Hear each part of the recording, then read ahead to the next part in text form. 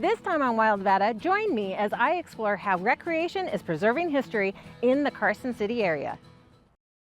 Support for PBS Reno and Wild Nevada comes in part from the William N. Pennington Foundation. Bill Pennington was an entrepreneur, philanthropist, and gaming pioneer who built a legacy of community service in Nevada. This program is brought to you in part by the Connor Kent Robison Giving Fund. 100 years of living in 28 years of life. To give is life's real gift.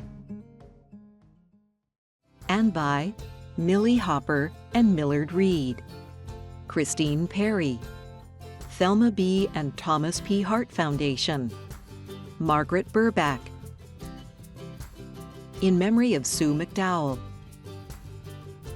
Mark and Susan Herron, and by individual members.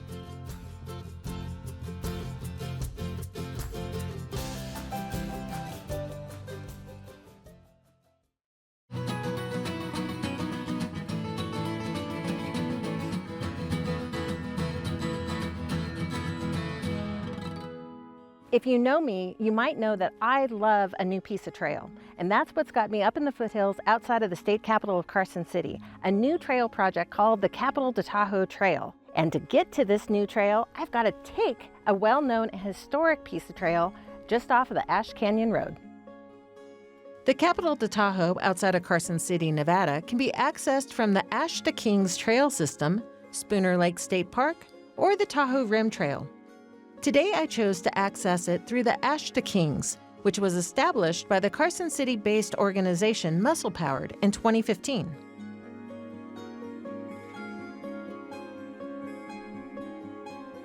It's a journey just to get to my starting point today. It's about 2 miles from Ash Canyon to Ash to Kings, and then approximately another 3 miles up to the Capital to Tahoe Trail. Once I finally make it up, I meet Chelsea Kinchlow and Peter Dungies of Muscle Powered at a spot that is not exactly a trailhead. Where's the trailhead? It's a great question. That's a great question. Because there's not really a trailhead, right? So this connector was always meant to tie into the Ash to Kings trail and then tie in up to Laxalt. But Laxalt is also a very difficult access point.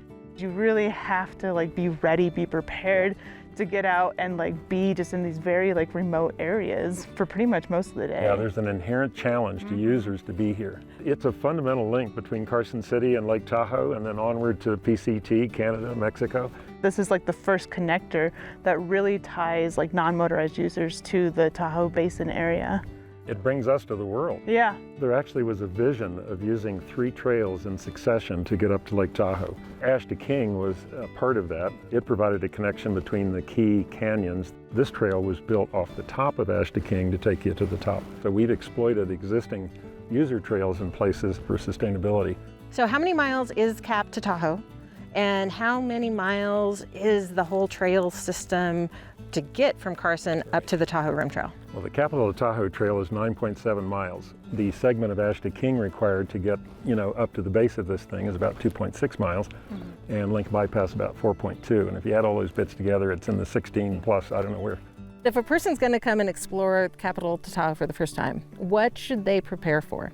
To be in a very remote area of this network, bringing enough water, bringing emergency supplies, so making sure you have your inReaches, your Garmins, ways to communicate, first aid, emergency shelters. I know all of that seems extreme, but because you are so high up here, should anything happen, it's hard to access. I know that today I'm not going to get to Canada, but I'm really excited to get at least a sample of what's out here.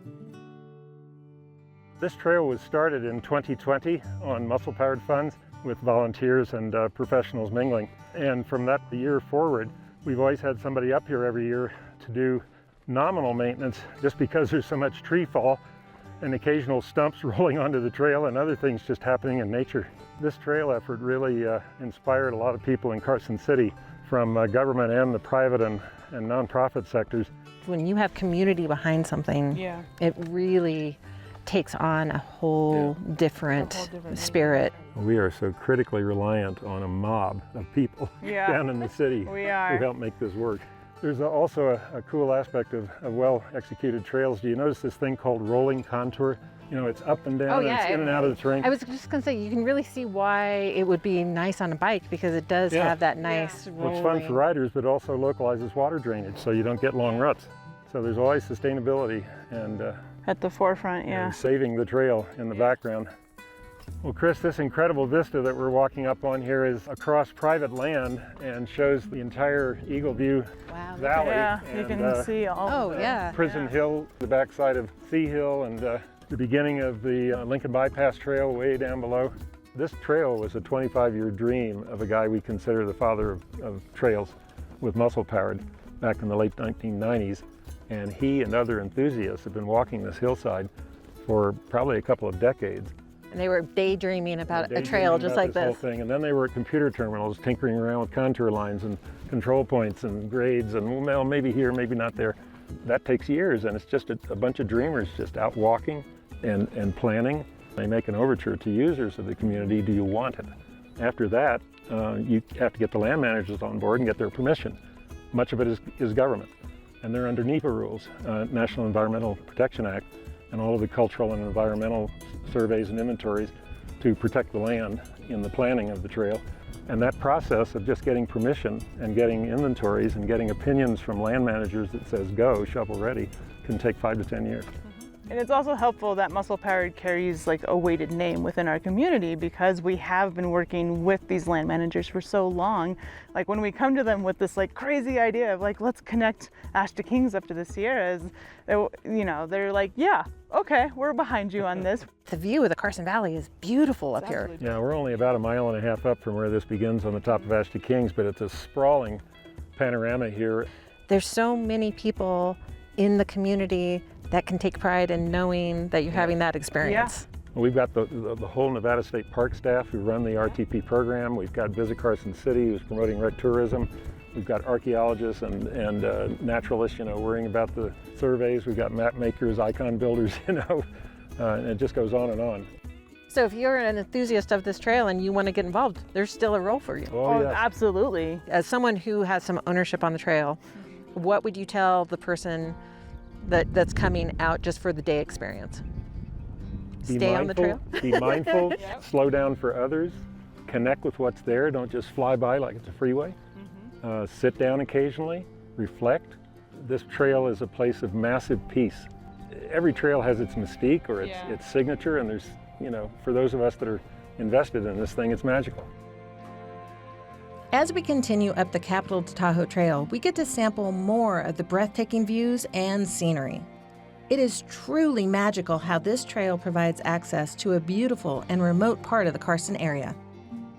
There's so much personality written over all this terrain and these views, the history that whispers behind us.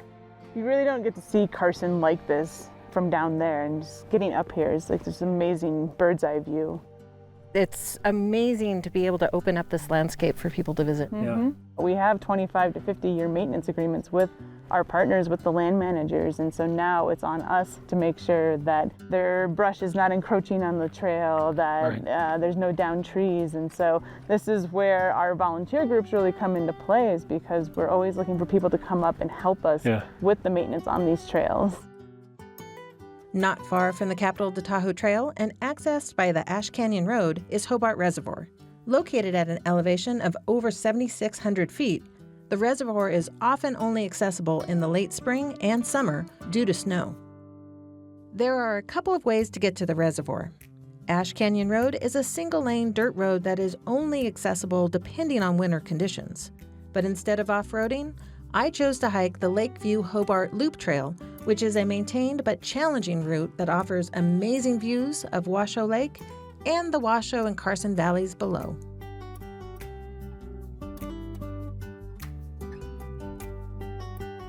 Hobart Reservoir was created by a dam that was completed in 1877, which was then rebuilt in 1956 following a washout. The reservoir was originally built to support the milling and logging in the area. Now, the reservoir supports the water system in Carson City and stays well stocked with trout by the Nevada Department of Wildlife, making it a favorite fishing spot for many in the area.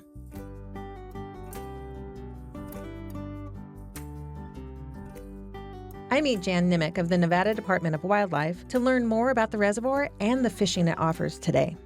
What kind of fish are we going for today? Primarily, this is going to be brook trout. They're the trout that are self-populating, but we also have tiger trout as well as rainbow trout. Fishing season opens in the spring and it does close down in the fall. We don't allow motorized vehicles because it is a water source, so there are limitations to what you can bring up here and use up here. Plus the water company keeps tabs on the water quality. We encourage boats, and a lot of times the fishing can be more productive from a boat. So whether it's a float tube or kayak, a lot of those anglers are bringing boats down from the Ash Canyon access. So whatever you can haul down here. Or hike up here, Hike right? up here. Yes. So do you think I'm going to have any luck today? I think so, absolutely. You want to show me how to do it? I would love to. Let's go. Luckily for me, Jan is not only the Nevada Department of Wildlife Angler Education Coordinator, but an experienced fly fishing guide, published fly fishing guide author, and a trademarked fly tyer. With a teacher like that giving me advice, how can I not catch something today? The fish are definitely eating subsurface. We want to fish where the fish are eating. So we have a wet fly or a fly that sinks. Okay. We're going to watch for it to kind of dive or twitch or do anything out of the ordinary. When you see that, the end of your line twitch, do anything funny at all, because of how small and how sharp the hook is, it really only takes lifting the rod real quick. With the traditional spinning rod, when you make one turn of the reel, one turn actually wraps about 6 times around. So with the spinning rod, it comes in really, really quick. With the fly rod, you're 1-to-1. So it can be really hard, especially if the fish is swimming at you, to keep up with them with the fly reel. So what you'll do is you'll reach in behind here, okay, and you're just going to bring the line in as quick as you can. Oh, like this? Yep, exactly. Okay. And that's called stripping the line. When you're fishing with the spinning rod, typically the rod is up a little bit. I call it fishing position. You always want your rod tip almost down on the water. Okay, so now the casting lesson. Okay. And then we'll be ready to put them together. Our cast is going to be a roll cast. Bringing the rod almost up to, it's not completely vertical, it's just off your body a little bit. Okay. So it keeps the line kind of away from you. And then we're just going to flip it out. That's it. So our roll cast again, we just come up to about a vertical position and then flip it out. And all I'm doing is watching the end of the line, manipulating the fly a little bit by bringing it in from behind your hand. Yep, you got it. You walk up to the water like this. You'll peel the line off that you're going to be using. So I've got kind of a good wad here in the water, and you have to somehow pull that line from your wad out to the rod tip.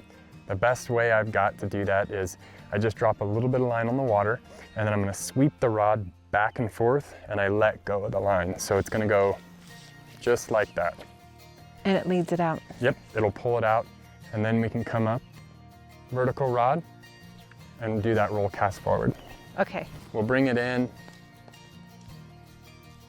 and then once you get to about here, we'll just do the same thing over again.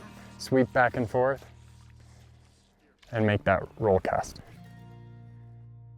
That seems like a lot to remember, but Jan makes it seem doable. So let's see how I do with the fly rod in hand. The perfect roll cast would be just like if you had a potato on the end of a fork. So you stick the potato in the fork, and to throw that potato out to where that fish is rising, you don't do a solid motion because the potato would end up landing at your feet. You're actually going to Project flip it. Yep, so there's a stop, and it's that stop that actually pushes the line out. Flip it forward. That's it, bingo. So rod tip down, so do the sweep. The sweep is fun. The sweep is definitely fun. There is a real science and art to fly fishing, and I'm not sure that I have it all down yet, but with great coaching and a setting as pretty as Hobart Reservoir, it's easy to catch Jan's enthusiasm for the sport. Pause, pause, pause, pause, pause. Nice.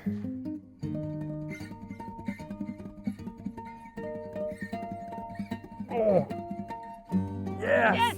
Oh, I got him! Got him! Oh, come on, buddy. Come on, buddy. Oh my gosh. Look at him! God. Oh my God. If you were gonna catch one fish in this lake, this was the one. Big tiger trout. Woohoo! I caught a fish, I caught a fish. I'm so proud of myself. I really am. Nicely done. So, Okay. how big is he, you think? Every bit is 16 inches, so, Nice. so I'm just gonna pick him up and get one of those. Look at that. You can drop him in the water. Okay, buddy. Swim for me. Oh, he's waking up. All right, there we go. Oh, there he There goes. he goes. Bye, And buddy. he's off. I think I'm addicted. I think this is a lot of fun. I have done my job. Still giddy from my great catch, it's time for me to head from the blue waters and skies of Hobart Reservoir to another recreation destination in the area. This one is affectionately known to many as just the Sky. Sky Tavern is just a few miles up State Route 431 on Mount Rose, and after 75 years is a multi-generational tradition, providing exceptional outdoor opportunities in both the winter and the summer.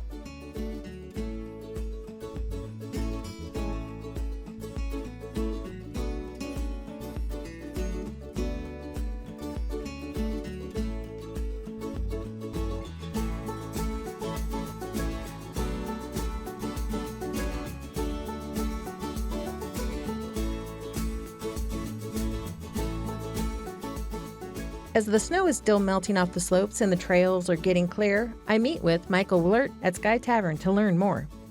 What is the magic of Sky Tavern?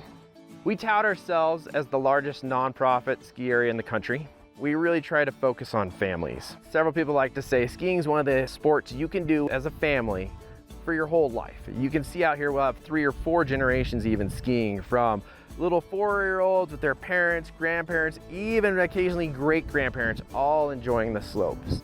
Our big flagship program is Junior Ski, which is teaching the kids to ski in the winter. So we have lessons from starting at 4 years old all the way up to adult. Gets you enjoying the beautiful Nevada mountains. Part of our goal is to use the property all year long. All summer we'll have lessons of introductory biking, intermediate biking. We have a couple of black diamond trails for us that are fun, challenging, jumps all in through the mountains, starting up at the summit, coming all the way down. We have an adaptive flow trail.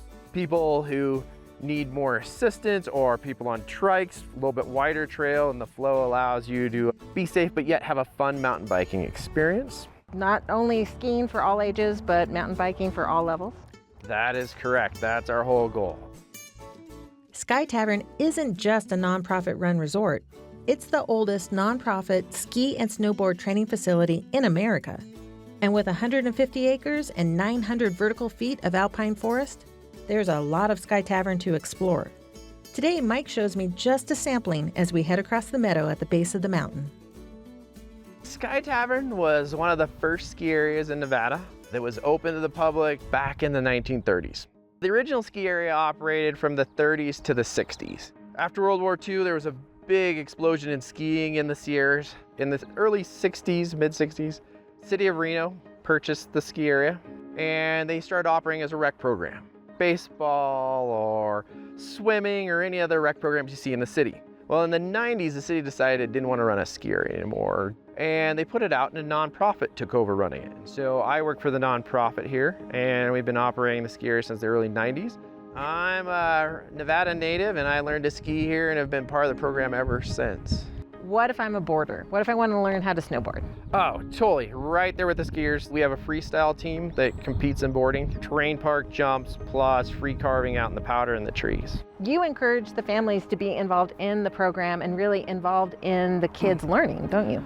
Correct. Our big program, the Junior Ski program, so when you're 4 to 6 years old, you swap parents. We teach the parents how to be instructors. And so they then take out someone else's little kid, teach them how to ski. It's one-on-one instruction with the parent. We found it really good for instruction ski-wise. You don't teach your own child, or board-wise, either way.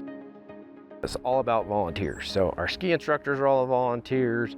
People parking you in the parking lot, people cooking your lunch, people monitoring the lodge. So we're a very small staff here compared to the rest of the ski areas around, and we're very unique in that way. Sky Tavern has become more than just a winter destination in recent years.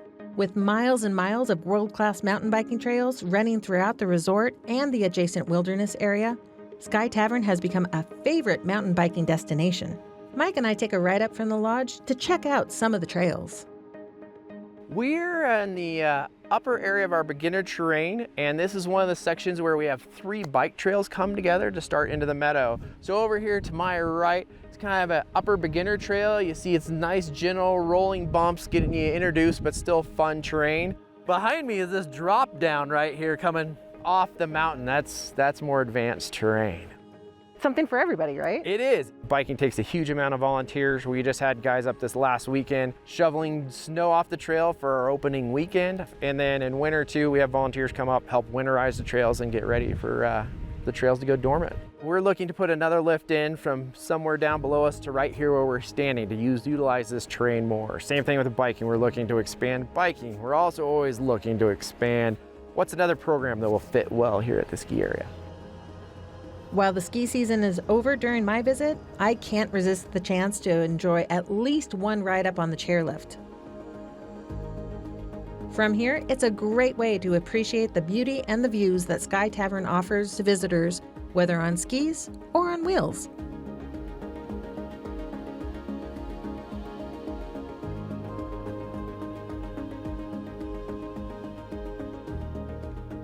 Not far from Sky Tavern at Davis Creek Regional Park, I find myself following the sounds of horns among the pine trees.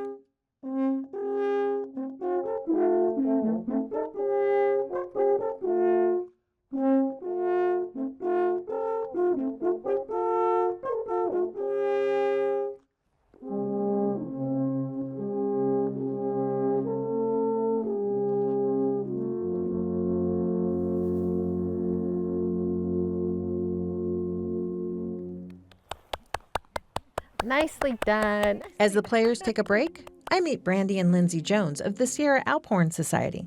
I followed my ears and I found you guys. So what are you doing on a trailhead playing horns? Well, back in 2019, we went to the North American Alphorn Retreat. It's an annual event. We actually have a brass shop in Carson City, and we restore vintage instruments, primarily French horns, because before Alphorn, that was my love. So as a vacation, we went out to the Alphorn Retreat with a couple of other French horn players. We fell in love with the horns, so we bought some horns, came back and started a local group. And this is pretty much our only outlet for playing. I'm really curious how that conversation must have gone. Like, do you want to buy a horn? How big a horn should we buy? Do I need a semi-truck to transport this thing? Were you musicians to begin with? Yes, we were both already musicians. We actually met in high school marching band. She was a clarinet player and I was a trombone player. The history of the horns is, well, we don't exactly know because it hasn't been well documented, but there are writings mostly of people on vacation all the way back into the Roman days, talking about just shepherds up in the Dolomites, the Alps, other mountains in that region, just with horns. And it seems that the horns were used to help herd the cattle. In this country, Swiss people came over when all of the ski resorts in this country started setting up their chairlifts and their gondolas. The Swiss had expertise in that, so they brought in Swiss experts who then often would stay and become ski instructors. And so in this country, it's gotten really tied in with skiing and ski culture, and then more recently with Oktoberfest culture. So we have a couple of horns here with us today that we built from trees and branches we collected in the mountains up behind our shop in Carson City. So they're both made from incense cedar. Our passion is really getting the horns out into nature and playing just for fun, not so much playing at gigs. We just want to get more people to play the horn, mainly. I mean, there are so few outlets for us as adults to learn a musical instrument because it's hard, and because so many community bands and things, they expect a certain level of competence before you can even join.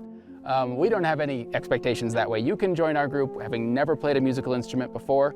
I qualify for that. Oh yeah, yeah. Because I have never successfully played a musical instrument. Well, I'm excited to join the rehearsal. Yeah. All right. Should we go? All right, Let's go. These are mouthpieces that we've made, and these are kind of to the extremes of the different sizes, but let's just give you one of each and see what you can produce a buzz on. So what you do is you put your lips together and you go, can you do that not on the mouthpiece first? Like that. Now you put the mouthpiece up. There we go. Now you put it into a horn and you see what note comes out the other end of the horn. Okay. Yeah, there we go. Starting on the high notes. Okay, one more time.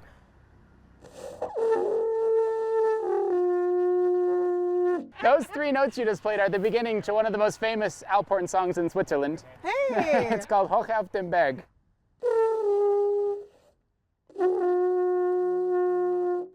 That's excellent. Excellent. Genuinely.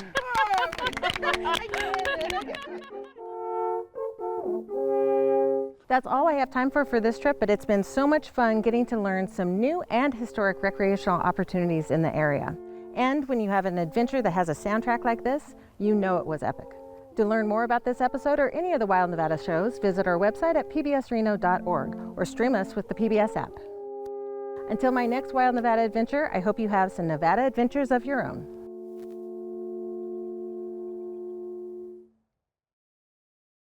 Support for PBS Reno and Wild Nevada comes in part from the William N. Pennington Foundation. Bill Pennington was an entrepreneur, philanthropist, and gaming pioneer who built a legacy of community service in Nevada. This program is brought to you in part by the Connor Kent Robison Giving Fund. 100 years of living in 28 years of life. To give is life's real gift. And by Millie Hopper and Millard Reed, Christine Perry, Thelma B. and Thomas P. Hart Foundation, Margaret Burback, in memory of Sue McDowell, Mark and Susan Herron, and by individual members.